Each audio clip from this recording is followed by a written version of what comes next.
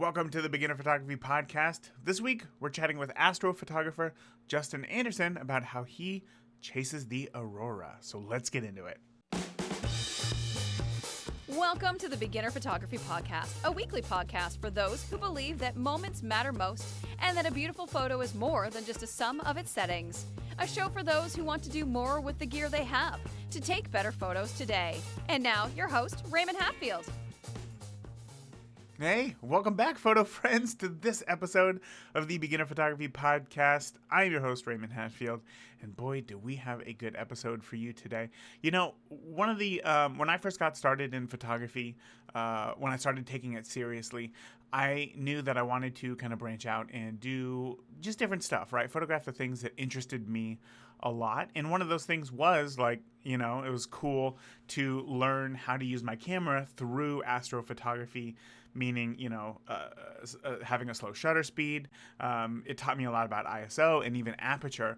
So today's talk was really fun. It was a great conversation just about, you know, the fun side of photography, and it got me all excited again and kind of brought me back to that place. So I know that you are going to enjoy this episode of the podcast with Justin Anderson.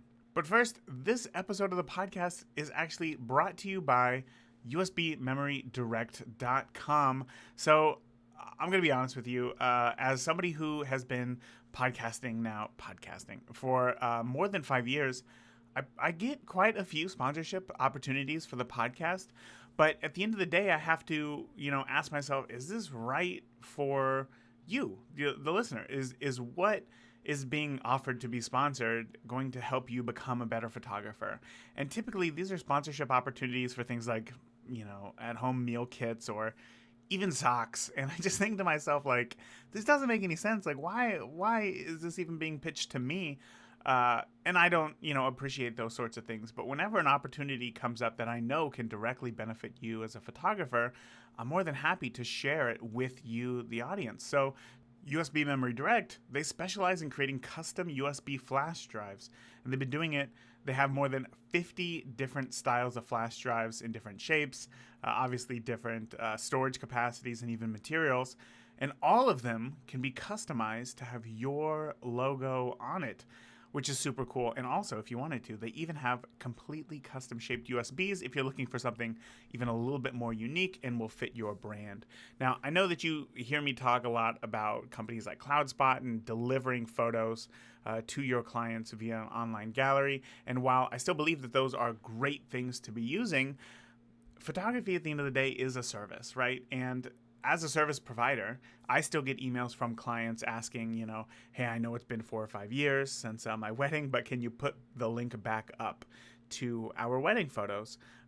So obviously there's a need for more than just the gallery itself, is that people want to be able to hold on to their photos. And that's why I think USB drives are still a very important piece of the wedding delivery or portrait or just any sort of photography service related deliverable, because when you can give somebody a tangible item, it really means something. So, you know, when we first got into photography, we're used to holding these prints in our hands that we get back from the lab for our 1-hour photos, disposable cameras, and holding those photos in your hands is an entirely different experience than, you know, looking at a photo on a computer. So again, having USB drives is still a very important part of my business and what I deliver to my clients to ensure just that they're taken care of, not only, you know, for today, but in the future as well, because, you know, something might happen to me, you know, I don't know. And I might not always be there to field those emails to get links back up. So if you are looking to just step up your delivery game as far as your photography services for your clients, then you can check out USBMemoryDirect.com. And they even gave a special discount code to save 15% for you, the beautiful listeners of the Beginner Photography Podcast, when you use the code FLASH15. That's one word, FLASH15. You get 15% off of your first custom flash drive order. So check it out. So with that, let's get straight on into today's interview with Justin Anderson. Justin, my first question for you is, when did you know that photography was going to play an important role in your life? I started taking photos about 4 years ago. I've always had a cell phone in my hands with a camera and just enjoyed taking the photos. But about 4 years ago, I went up north fishing with my father, and I really wanted to take photos of the Northern Lights when I was up there. And when I did, I got my mom's old camera and I just learned how to use it for that weekend. And I went up there and the Northern Lights were dancing, so I was able to get a few good photos of them. And then since then, after that I got my first DSLR, and it kind of just sat dormant in my closet, and I didn't do much with it. And then from there, storms started to pick up. I got some photos of lightning, which really brought the passion up, and realized that I can make a cool photo of lightning. And then there was no storms one night, and I just started capturing the stars, and I just loved the stars. I love seeing them, and I've always enjoyed looking up at the stars, always enjoyed watching meteor showers, anything really. And from there, I just really wanted to learn and keep going and perfect that skill. So that's what I just do. I always go out with just an intent to take a cool photo, and that's about it. Just take a cool photo and that's it. Oh my gosh. That's about it, yeah. I wish that, sometimes I get lost. I know a lot of others do as well in the simplicity of photography. I wish that I could just boil it down to that same feeling every time. I love that. When you went out that first time where you went fishing with your dad, you said that you took, I believe it was your mom's camera, got a few photos, liked them, got back home, got yourself a camera. Was it that trip, or was there one photo in particular that you captured and thought to yourself, hey, wait a minute, I might actually, have a proper go at this and try it for myself? Yeah, I know exactly which photo, and I could share that with you after the call. But I was outside, and I was with my parents at the time, but they live on an acreage outside of town. So I was sitting and enjoying the lightning show that had just gone by. There's a bunch of really bright lightning strikes. And a few days before that, I had seen something either on Facebook or Instagram of just a really cool spreadsheet on how to take photos of lightning. And I was like, wow, that's really cool. I was just enjoying it. And then I said, you know what? I'm going to just grab that camera that's in my closet, see if I can take a cool photo of lightning. I set it up, a few pictures in, and I got a really cool lightning strike off in the distance. And I said, oh, I love this. I'm going to go out chasing, because I always used to enjoy going for a drive with my dad, watching storms. So I went for a drive, and I was about 3 miles from home, and I set up my camera, and there's a perfect rain shelf in the photo, and then there's a lightning strike that went through the center of the photo. I didn't edit it or anything because I didn't know how to edit, and that photo came out, and I was so proud of that photo. That came up, and I believe that was 3 years ago now. So, and that's the photo that went, wow, I can take cool photos. And then I went out the next storm and took some more photos, and the next one, and just kept going until I realized, wow, this is really cool that cameras can pick that up. Before all this, would you consider yourself, I guess, a creative person or somebody who was interested in visual arts like this? I wouldn't say so, no. I would say that I was more so enjoying I'd have a cell phone and I'd take a photo of a sunset, and I'd have family members go, wow, that's a great photo, and that would be about it. And then that's really all that I would get. I'm not too creative when it comes to my own personal stuff. I'm incredibly organized, which I think really helps with taking more photos, because I can have locations and I can look at it now with a creative eye, but I don't think I was born with a creative eye. I think that was developed. But that first photo, or let's go back to that lightning photo, because today I look at some of your work and think to myself, he gets it. He sees it. I know that when you go out, just by looking at your photos, I can tell that when you go out, you can easily visualize the scene and the photo that you want to take. So at some point, that skill developed for you. If you think back to that first photo, was there any sort of thought process as far as composition or anything, I guess, more advanced, or was it just simply, I'm going to go out, take a photo, and just see what happens? Absolutely no idea what I was doing. I just went down a gravel road, and I set up my tripod on a nice safe spot that I could pull over, and I just started clicking photos just constantly. And sure enough, that lightning strike happened. I did get a cool building in there, and like I said, I'll share it with you after the call. But and it is a really cool composed photo, but I didn't think of that at all when I was out taking photos. That wasn't my purpose. I was out saying, I want a lightning strike, and that was it. Yeah, and you got it. Yeah. So when you decided for yourself, you know what, I think I'm really gonna, take this seriously, learn more about the art of photography and start taking, more photos like this, what was the hardest part for you technically to nail when it comes to, photographing lightning or the night sky? Because I know from experience that just, putting your phone or putting your camera on auto isn't going to do it. So what was the hardest part technically for you to learn there in the beginning? I'm pretty good with settings. So the settings itself were not hard. I was able to figure out the rules that you can follow, the rules that you can break a little bit. So those part wasn't too hard. The editing process of these photos definitely comes in play. And I'm no expert in editing by any means. I don't think anyone is, because there's so many different ways that you can edit a photo that just I can take a photo from 3 years ago and edit it again and it looks a lot better. So editing, I think, would be the really tough part that everyone really struggles when it comes to the night sky. But yeah, I say for the settings and focusing and stuff like that, I didn't struggle at all with that because I'm young and I understood most of that already. Mm-hmm. But when it came down to editing and just finding a location that was really cool, I follow all the big time photography accounts, the NASA accounts, all these really cool photography accounts, and I looked up to them. But I think that really struggled because I wanted their photos. I wanted to take something really cool. I wanted a cool desert or a nice old building. And I think you have to start off with just very little. Just start with just trying to capture the stars and that's it. So I think you can jump too much into it too quickly, which could really harm your photography and push you back a little bit. Did you do that like right away? Were you trying to be too ambitious? Was there a time where you were too ambitious and, it totally fell Definitely. flat?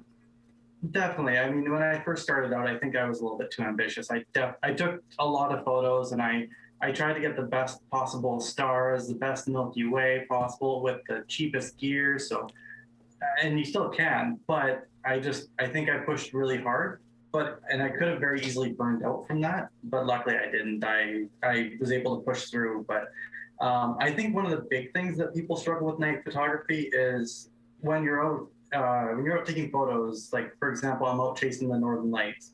I get one or two of those a month. So I only get to go out once or twice a month with my camera and learn. So really, in a matter of 3 years, you only get a few chances to use your camera throughout that time. Plus, it's minus 30 degrees Celsius out, so you don't want to be out in the cold. So really, the practice part really can be a problem because the whole night is great practice, but when you get those photos back to your camera onto your computer, that's when you get to look through them and go, these photos are really good. This is what I could have done differently. So that's one of the really hard parts with astrophotography is just that you don't have a whole lot of time. If you can get out for a full week during the new moon cycle, that's only 7 nights of taking photos. Yeah. But during the day, you can get out anytime you want, really. That's interesting. I had never really considered that fact. I had always assumed, or not assumed, but just kind of thought to myself, if you want to shoot at night, just go out and shoot at night. But you brought up an interesting fact there about, with it having to be new moon, that meaning that there's no moon in the sky, correct? Correct. Yeah, you don't want any moon in the sky. It depends on what you're going for. Like the photo behind me, there was a moon in the sky, but it wasn't very bright. Mm-hmm. But this is a different kind of, this is noctilucent clouds, which don't really happen at night. They happen closer to astronomical twilight. So it depends on what you're photographing. But if you want stars, if you want really dark skies, you have to, for one, get away from the bright cities. So that could be an hour drive, depending where you are. It might be even more. You might have to drive 3 hours. I'm one of the lucky ones that only has to walk 5 minutes. But it really depends because you also don't want a moon in the sky. So any kind of moon can really drown out the stars. But it depends. You can still practice with a full moon. It's just not as enjoyable, really.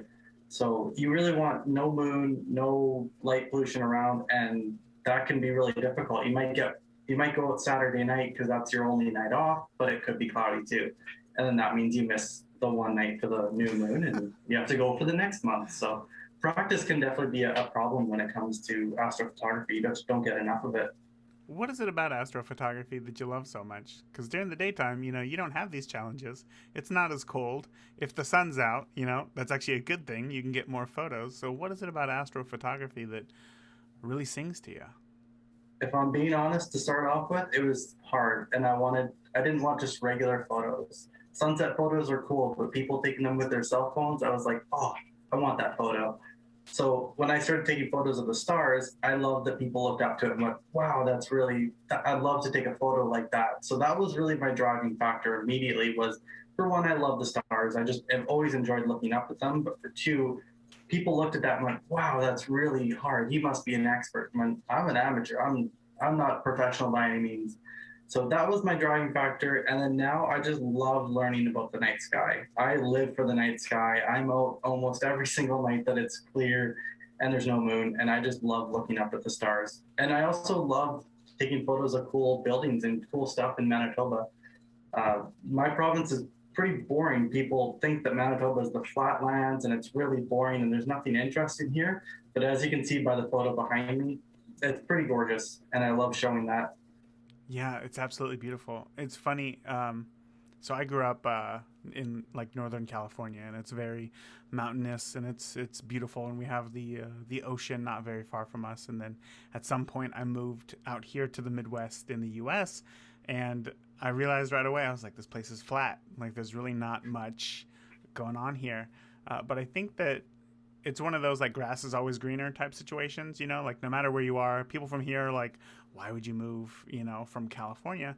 But I think having that perspective, there's a lot of things that once you stop and you look at it, you can really appreciate a lot more. Like one of my favorite things out here in the Midwest, in the flatlands, is just simply the clouds are entirely different than they are in a mountain range, you know, where they're probably more drawn out and fluffy. So I appreciate that that view and that understanding that you have of the beauty of your location. So when it comes to the astrophotography of this, do you think that your photography benefits from your location? Do you think that you could do it?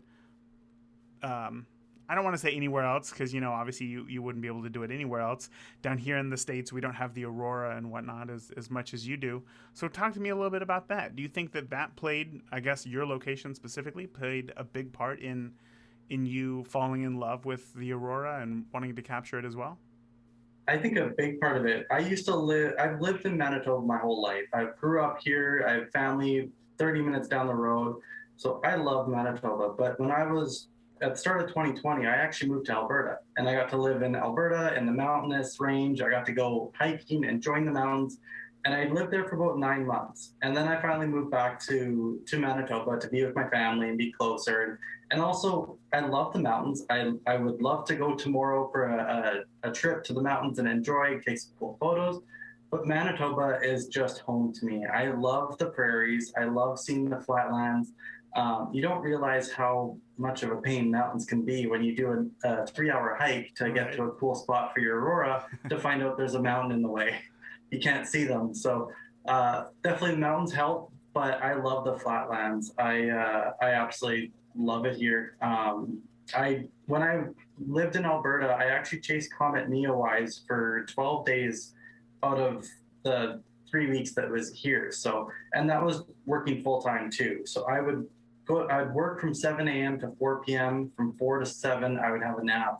From 7 till 9, I would edit a photo, make some supper, make some snacks for the night, do whatever I needed to do. And then from 9:30 to about 4 o'clock in the morning, I'd be out taking photos of Neowise. And then I'd be up and I'd sleep from 4 to 7 again. And I'd be up the next morning for work. I did that for 12 nights. Like I have that all documented as well on my website. But I did that for 12 nights total, and I loved every minute of it. That was a huge part in making me a better photographer too, because I got 12 nights of experience in a 3-week span. That's Normally, huge. That's unheard of. And the moon was a factor in a lot of the photos, but I did get really lucky with the new moon phase with Neowise, and it really brought out. I got to get flatland with prairies on one side of Alberta. I got the mountains on the other side. I got some really cool photos that I look back on and some great memories and some great lessons. And then now, even though I could go to the mountains and take photos, and it's a little bit easier because you have a great mountain and it's a little bit easier to find the foreground there. Here, I just love finding those old buildings, those old locations that you post it and people go, wow, I know that location, or that reminds me of home, or that reminds me of my growing up. So I do love Manitoba for its a lot of history here too. Yeah, that's always a good feeling when you get a little bit of recognition for your photos and you can tell that it really means something to somebody. I want to go back to, going out and that crazy schedule that you just, laid out for me right there. When it comes to capturing, obviously this is, did you say that it was a comet? Is that what it was? Yeah, Comet Neowise. So with a comet, it's here and then it's gone, right? It's a very Yeah. defined amount of time. How did you plan for something like that? Was there one photo, like a bucket list photo that you had that you really wanted to get, or was it an experiment every single night? It was mostly an experiment. I started out with Comet Neowise because we have lots of comets that go by the Earth, but we don't really. I don't look at them because I don't have a telescope. I look at stuff with my naked eye rather than a huge telescope or a zoom in lens, which I'd like to down the road, but for now, this is what I focus on.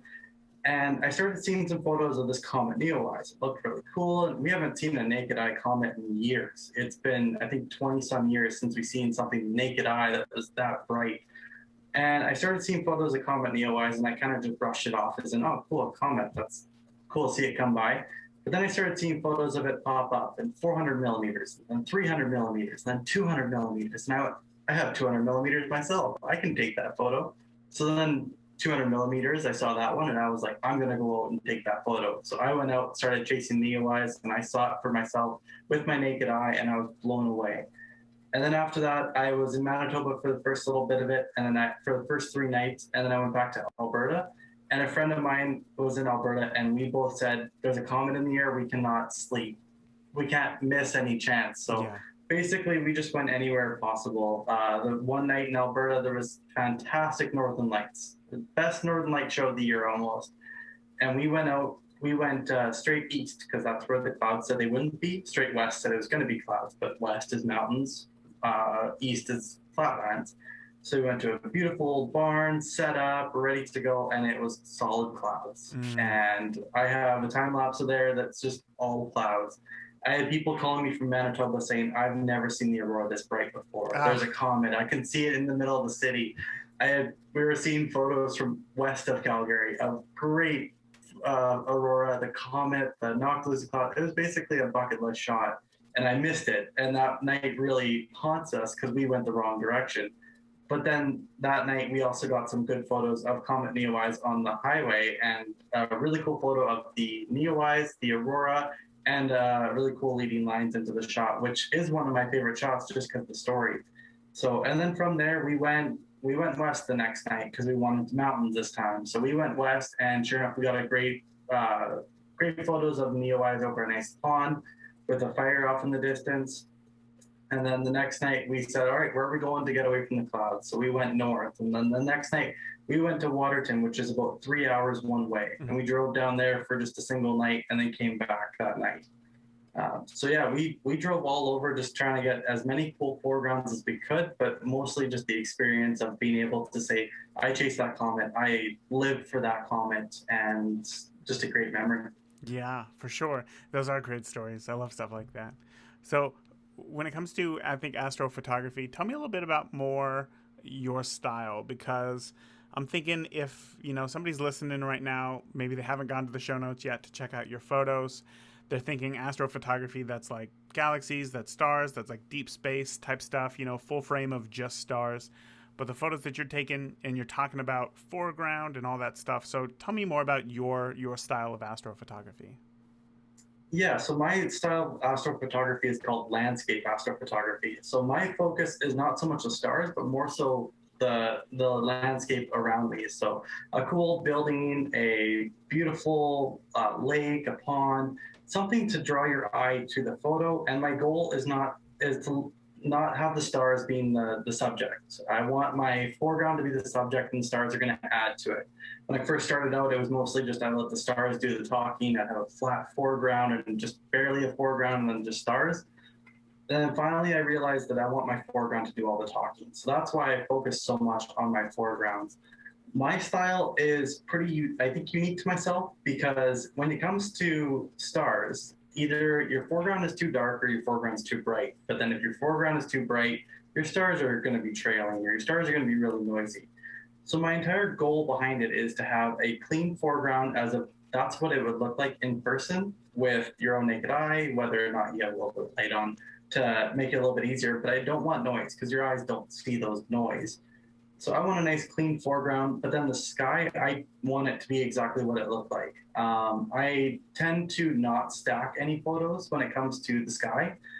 This photo behind me is just one single photo of the sky. The foreground is 959 different photos.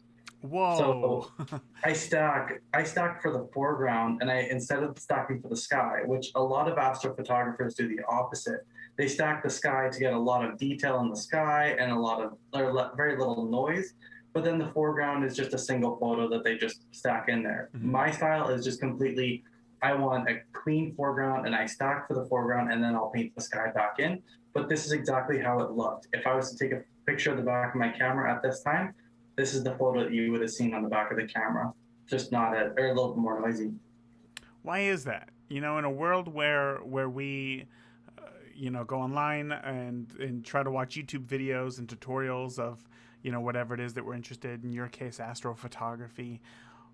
If everybody's doing it the exact opposite way, what made you say, hold up, I'm going to do it this way instead and see if I like it?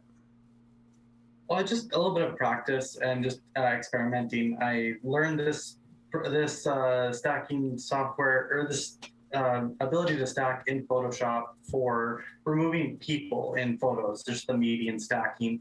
If you have a landscape and there's a bunch of people walking around, you take 100 photos, then you stack it, and it'll remove the people because they're not in every single photo. Mm-hmm.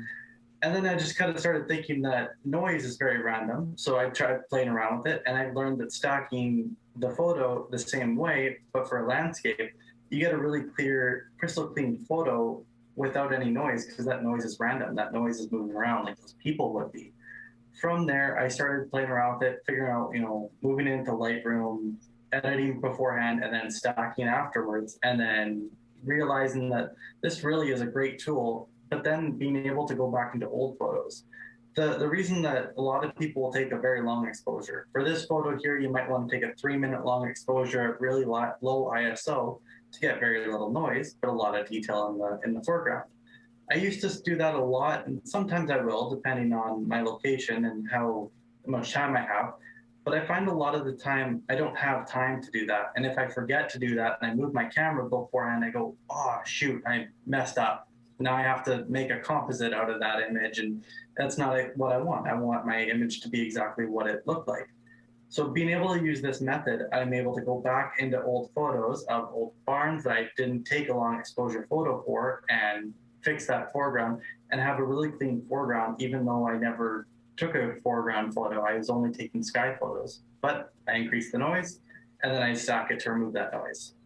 Wow. So just in case anybody's listening and is not aware, stacking is where you have a series of photos. You take one right after another, and then you bring those into Photoshop. You said your editor of choice, and then you can use all the information from all those photos to remove certain things, right? In this case, noise from your photos. So if are you changing your ISO at all to change the amount of your noise in the photos, or you're just shooting at the same ISO, but because you have so many photos stacked, Photoshop is able to find the clearest parts and then remove the noisy part of the noise?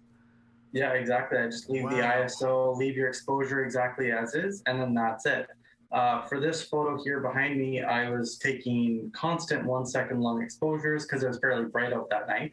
But in those exposures, I didn't have any detail in that building behind me. There was no detail at all. It was just pitch black. You barely even see it. So then afterwards, what I did after I was done taking photos, I took 20-second long exposures, and I took 8 of them. It was a little bit bright, but that was okay.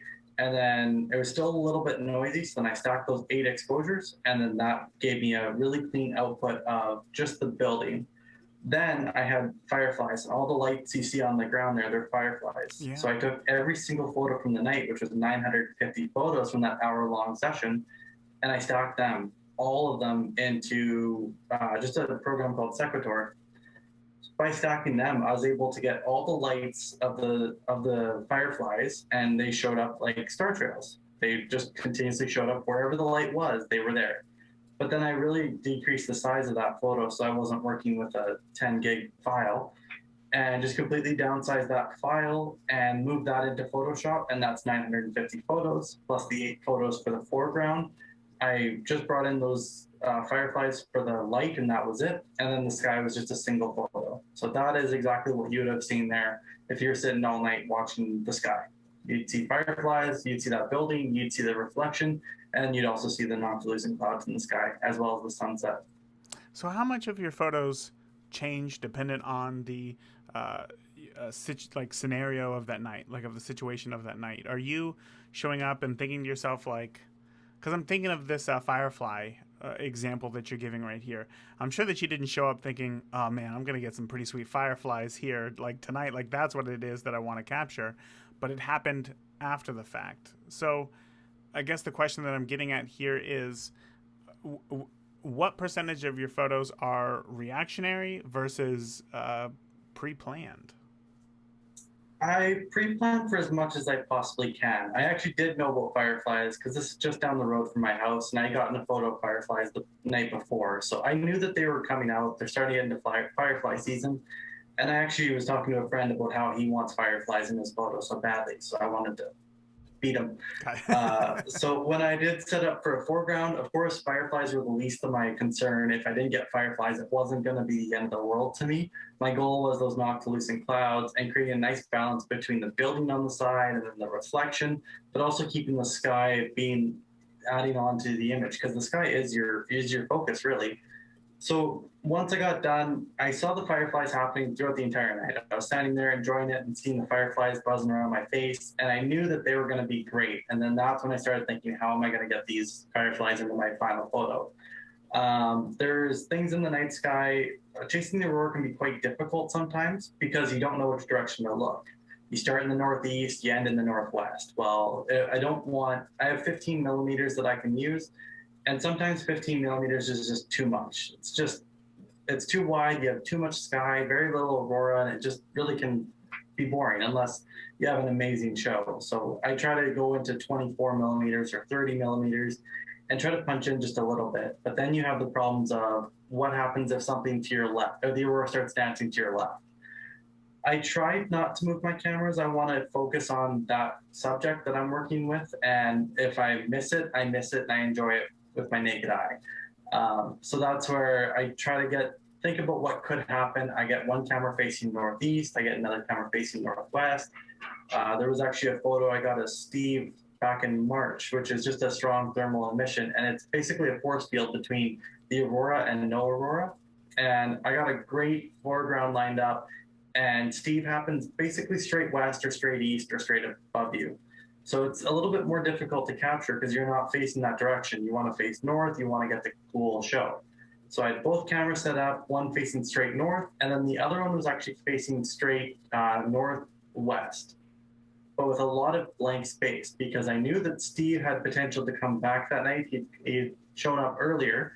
So I knew that there was a chance again. So I was like, I want to capture it if it happens. And I was able to capture Steve perfectly. It lined up with the image exactly how I wanted it. Mm-hmm. But if there was no Steve, then I would have gotten absolutely nothing. I would have missed a good portion of the show of the aurora. So really, it's a matter of, do you want to risk it or do you want to just go with just a cool photo? Right. I guess that's why you got the 2 cameras, right? Just in case. Exactly. I want a third. So yeah.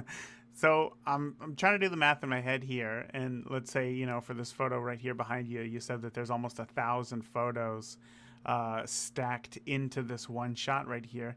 If you're shooting at like a 1-second exposure, I mean, even if you're super optimized for time and very efficient, that's almost 20 minutes of time right there.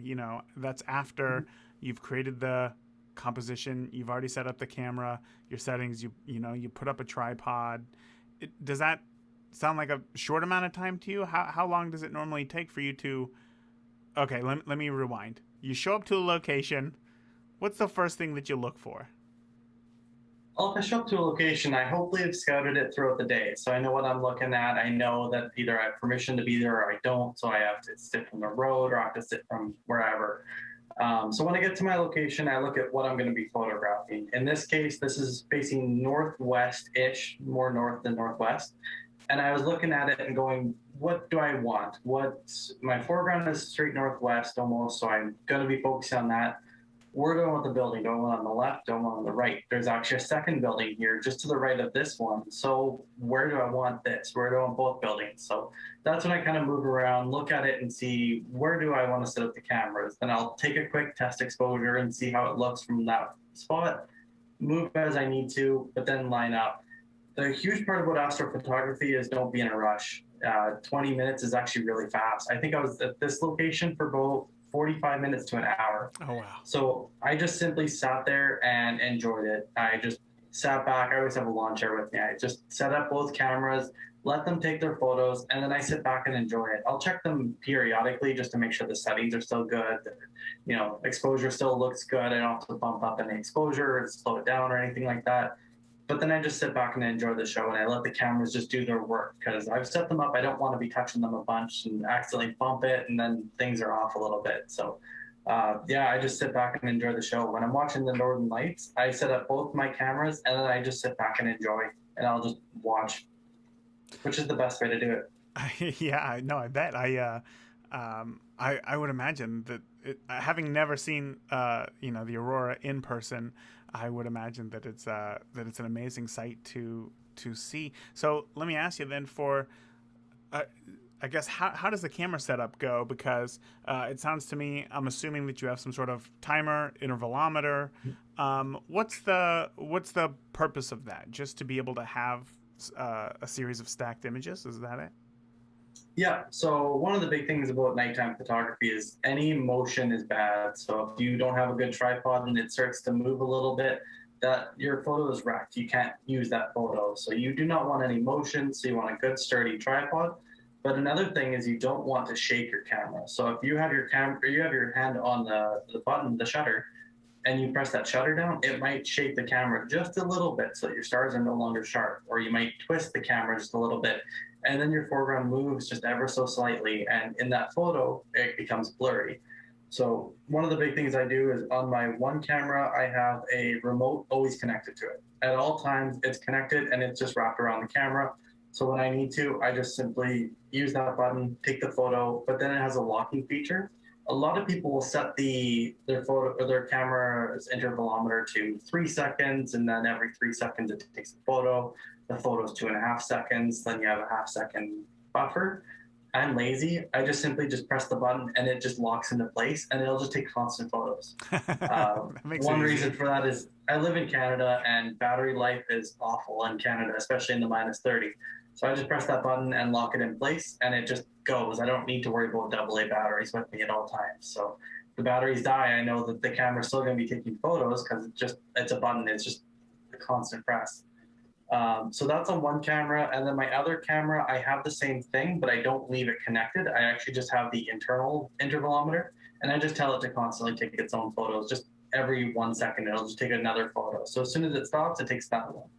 So that's what I do. I just leave them set up with their intervalometers, whether it's built in or whether it's external, and then just let the photos just go. Whatever I capture is whatever I capture. And if the photo comes out bad and I have to move it, then so be it. I might move it 2-3 times in the night, depending on what I want to try. But I love sitting back and enjoying the show.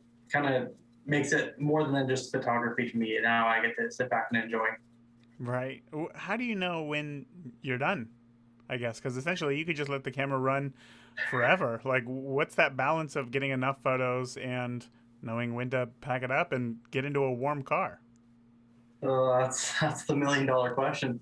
I'm lucky to live in this area, so I can just run home and be done, sort of thing.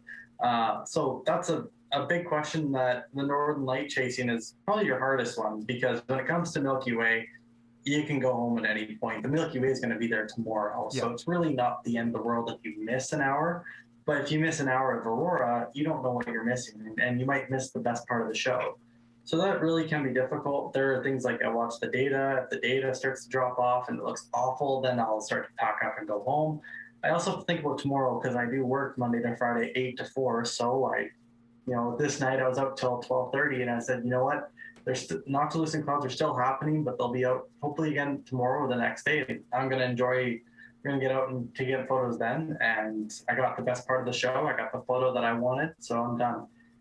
Monday or Sunday night, I was out taking photos, and it was a little cloudy, but not too loose, and clouds were out again. I got a really cool photo of an old barn, sunset, all that, and I was actually home. I was probably only taking photos for 10, 15 minutes because the clouds started to move in, and the noctilucent and clouds are still out along the horizon. But I just said to myself, I have a million photos of these. Do I really need these photos? Because with not moving your camera around, I get one photo or two photos from a night, and that's it. Yeah. Because I'm stacking and I'm only taking one of the sky. So really, out of a full night of, I might come home with 2,000, 3,000 photos, I have 3 or 4 photos from that night, and then a time-lapse sequence. So if I don't move my camera, if I don't have a different foreground lined up in that spot, then I start thinking about, okay, I've got my one photo that I'm going to post to Instagram or Facebook. That's my photo that I want. I've got enough for a time lapse, and then I'm good. That's enough for me. Let's talk about how to best prepare for something like this, because I know that there's a lot, as you were mentioning, in terms of weather. There's obviously the gear that you got to figure out, and just like knowing what are good conditions to be out in. So if somebody's just getting started, like take me for an example, right? If I were to go out and take photos at night, I would just wait until tonight and I would just go out and just hope for the best, right? Like, what are some ways that I can make sure that conditions are going to be fair enough to be able to capture something decent? Yeah, well, one of the big things is clouds. That's like the one thing everyone has to deal with, unfortunately.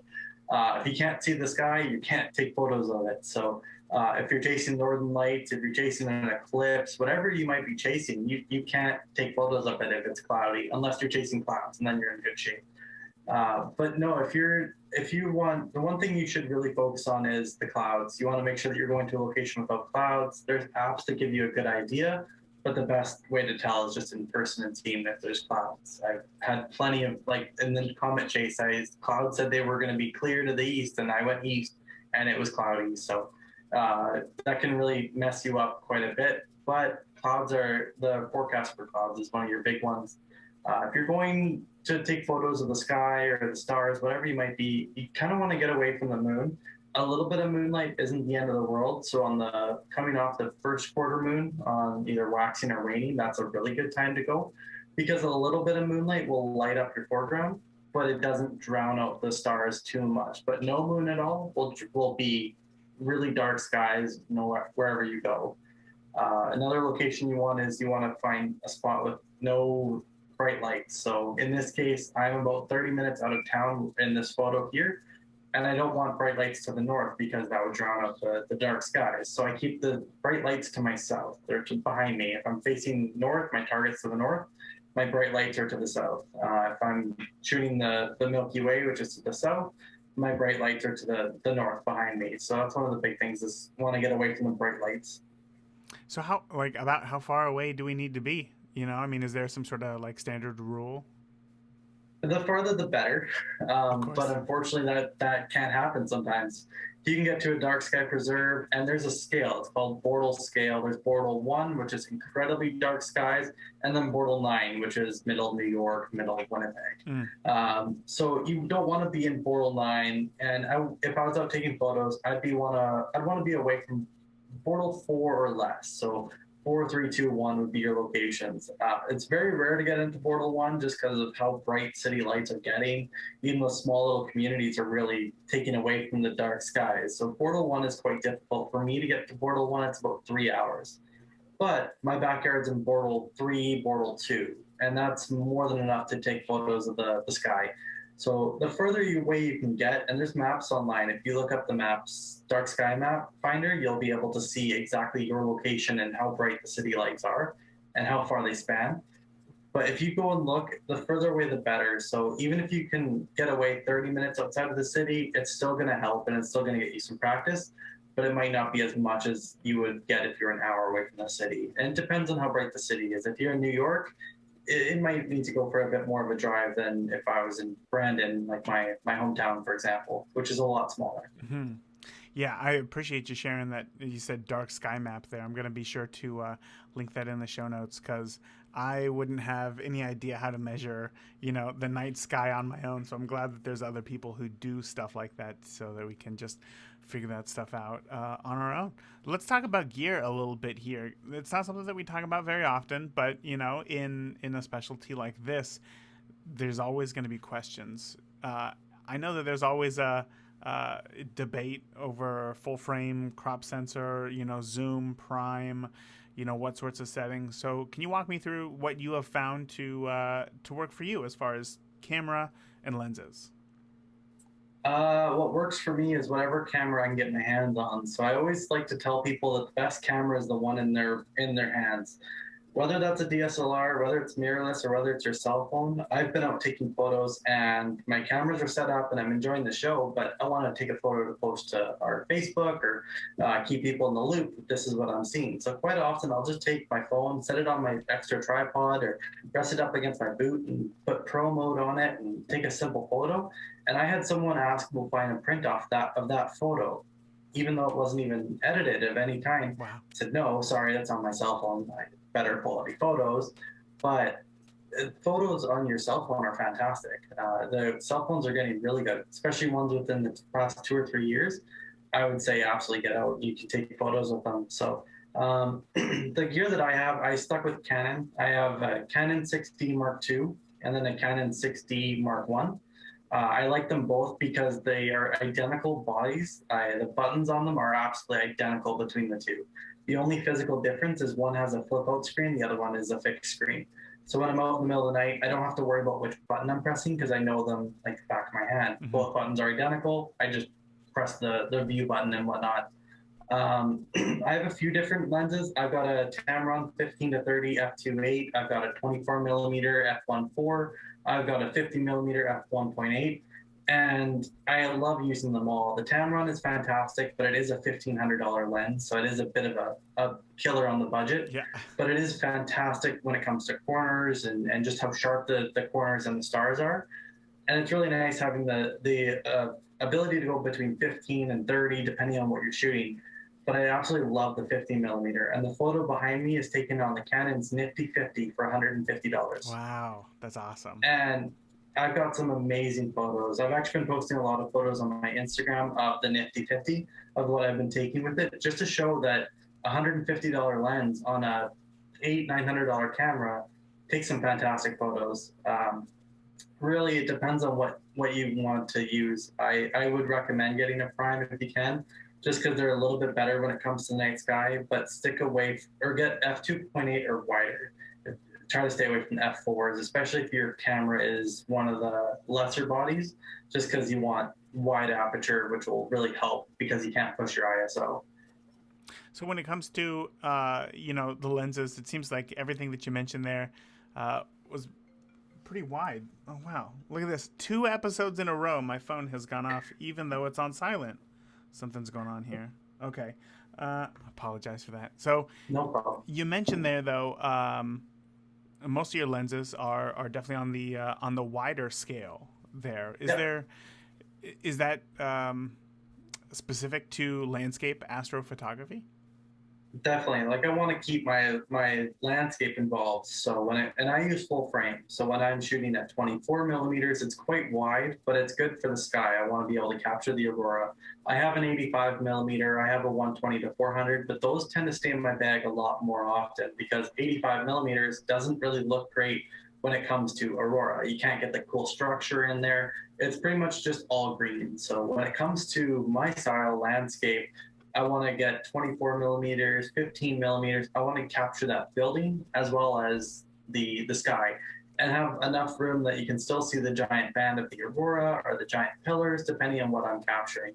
So I definitely try to stick wider than 50mm. I do want to get a 35mm f1.4 just to play around with.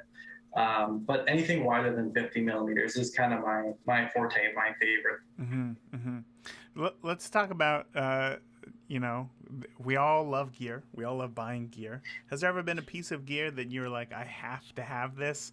This is going to make my photos so much better. And then at the end of the day, didn't really contribute anything. Maybe you don't even use it anymore. I'd say remote shutter. I have two of them, and I only use one for my Canon 6D Mark One, just because it doesn't have a built-in intervalometer, but the intervalometer for my 6D Mark Two is built in, and I use it all the time. That's my main source of intervalometer. So I have two intervalometers in my bag. I only use one of them because I have to. I think that's one of the things. If your camera has it built in, just use what you have. Tripods. I wouldn't spend $700-800 on a tripod. I've got a few of the $100 or $50 tripods from Amazon, and they're fantastic. I do have a $200 or $300 tripod now that I absolutely love.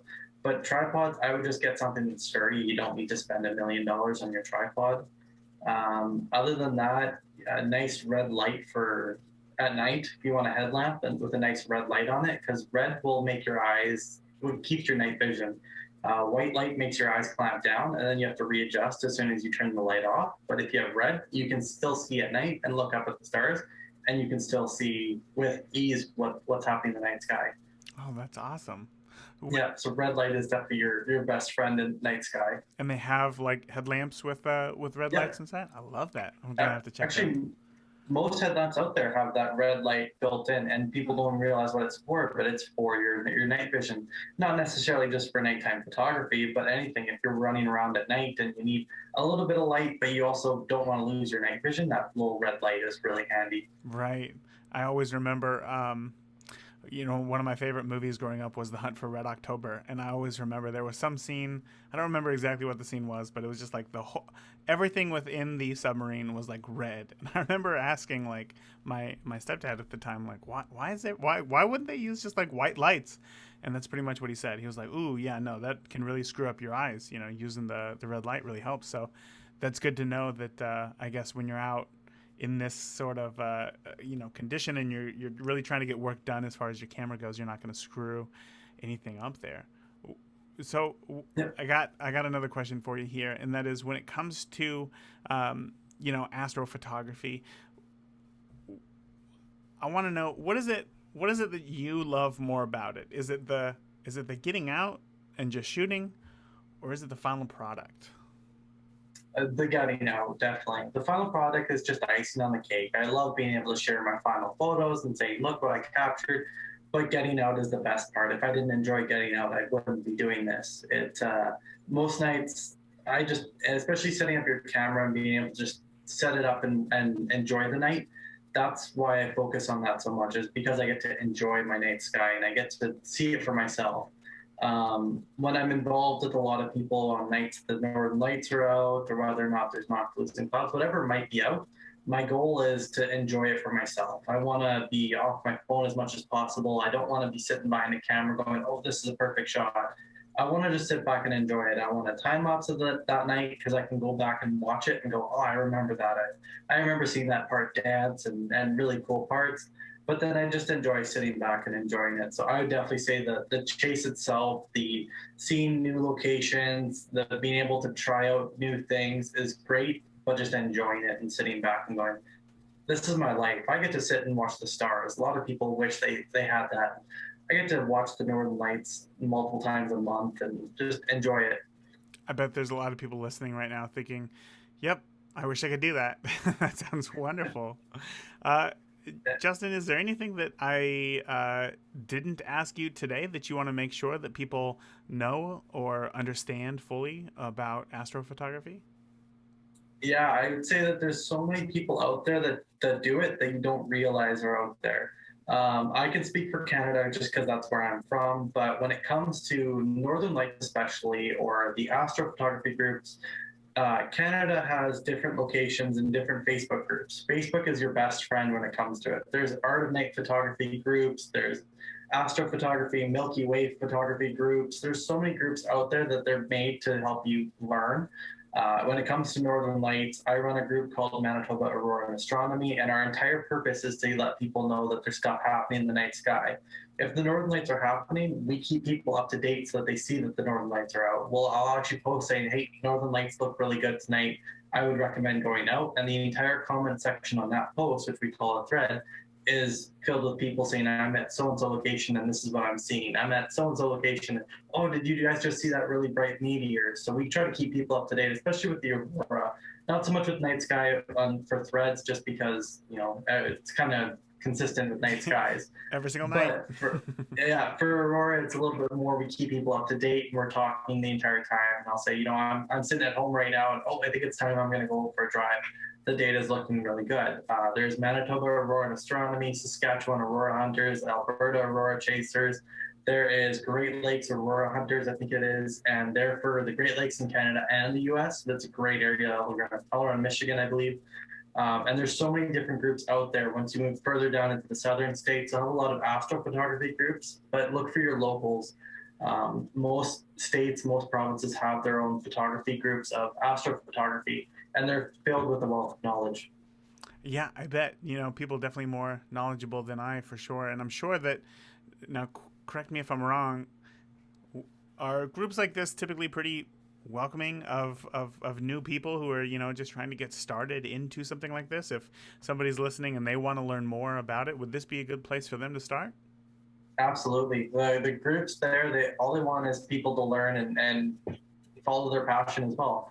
I know for me, if someone posts in the group saying, "Hey, I'm looking at getting a camera," well, I'm first one in there saying, "This is what I recommend. This is what I would do personally." If someone's asking questions, we actually have guides in our group that will have all your questions answered. So your quick little frequently asked questions are in there. If you want to learn more about how to take photos, there's a full guide on how to take photos in the night sky in there. If you want to learn how to chase the northern lights and how to actually predict them for yourself, there's full guides on how to understand that there, from a beginner to an intermediate. I have that all on my website as well.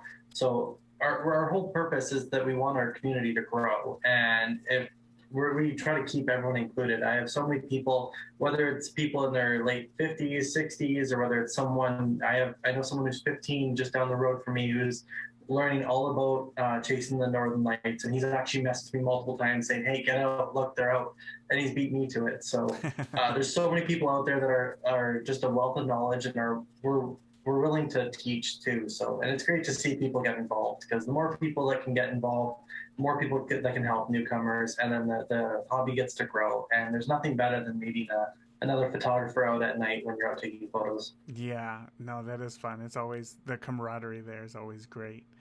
Justin, Yeah. before I let you go, I got to say thank you, obviously, for coming on and sharing as much as you did. This has been a great chat. I can tell that you're very passionate about this. It came through in the interview. I really appreciate it. For those listening who are thinking the exact same thing right now, where can they find you online and see some of your work? Yeah, for sure. My photography is all my name, so it's Aurora and then J Anderson. You can find me on Instagram at Aurora J Anderson. Twitter, it's Aurora J Anderson. On Facebook, that was taken, so I've used Aurora Justin Anderson, so that works as well. You can find me on Facebook at the Manitoba Aurora Astronomy. You'll see me posting there a ton, just because I'm the one that created that group. But Aurora Justin Anderson on Facebook is the one where you can find me. My website is aurorajanderson.com, so feel free to go there. You can check out all my photos. You can ask about if you're interested in buying a print. I also have a lot of blogs about what you can expect for the night sky each month, as well as what my comet chase. I have that entire thing recorded, so you can read through it and see the photos I took throughout the entire sequence of all 12 nights and how I struggled with that sometimes, and the entire battle. A lot of videos are on there as well, and I'm working on putting up some more tutorials on how I edit, as well as I have lessons coming up. So if you actually want a one-on-one lesson with me, learning how to take photos with your own camera, those are coming up here as well soon. And then lots of information on Aurora chasing as well. So if you're either going up north or you live, I'd say in the northern states or anywhere in Canada really, and you want to learn how to chase the northern lights for yourself, there's tons of information from beginner levels to intermediate levels there. Tell you what, I thought that Indiana was cold in the winter, but we got nothing on Canada. So the fact that Justin is more than happy to get out in the frigid cold temperatures and spend a good amount of time outside just to take some beautiful photos of the sky, I think truly is a testament to how much he truly finds joy and has a passion for what it is that he photographs. And I think at the end of the day, it's that is really going to help improve his craft, right? We can learn all the technical skills and abilities of a style of photography. But if you don't actually go out and you do it, and better yet, enjoy it, then what is it all really for, So if you're finding that maybe you're in a rut or you're kind of stuck with your photography, ask yourself, how can you put some more passion back into what it is that I'm shooting here? And I promise you, you're going to find a lot more joy and enjoyment out of what it is that you're shooting and how it is that you shoot it, and obviously sharing those photos. So I would love to hear your biggest takeaway from this episode, this interview with Justin. Feel free to come on into the Beginner Photography Podcast Facebook community. It is a growing community of great photographers who are, open and honest and always happy to help. And it's one of the safest places on the internet for new photographers, if I do say so myself. I think that you're going to have a good time. So come on into the group, join the community, and let me know, what was your biggest takeaway from this? Are you going to go out and start shooting the stars? Are you going to start chasing the Aurora? Do you live in a place where there is the Aurora? Have you taken photos of the Aurora? Lots of questions there. And also, remember, don't forget to check out usbmemorydirect.com. Remember, custom USB flash drives can make a beautiful physical keepsake for your clients that give continuous brand impressions over their lifetime. When somebody sees your name continually, they're going to remember you. You're going to stay top of mind, which means that they're going to keep coming back for more shoots with you, which is great if you do family, portrait photography, headshots, anything like that. Maybe you don't want repeat clients with weddings, but you can definitely get them coming back for anniversary sessions. Typically, families grow out of a wedding, so you can continue growth that way. And many photographers actually use USB flash drives as like a promotional handout. So if you're doing a wedding fair, or you meet with a potential client, you can give them a custom flash drive with your information on it, and then you can put all of your wedding collections or your pricing collections, and about you, maybe even a promotional video about yourself, and just think about the impact that has on somebody. Suddenly you're not some fly-by-night photographer, but you are a real, genuine photographer with, custom professional branding. It's really going to stand out. And USB Memory Direct can help you do that. So again, check them out. Use the code FLASH15 for 15% off your first custom order of flash drives at usbmemorydirect.com. So that is it for today. Until next week, I want you to get out, and I just want you to shoot as much as you can, because remember, the more time that you spend behind the camera, the better you get at photography. So with that, until next week, stay safe. I'll see you then. Thank you for listening to the Beginner Photography Podcast. If you enjoy the show, consider leaving a review in iTunes. Keep shooting, and we'll see you next week.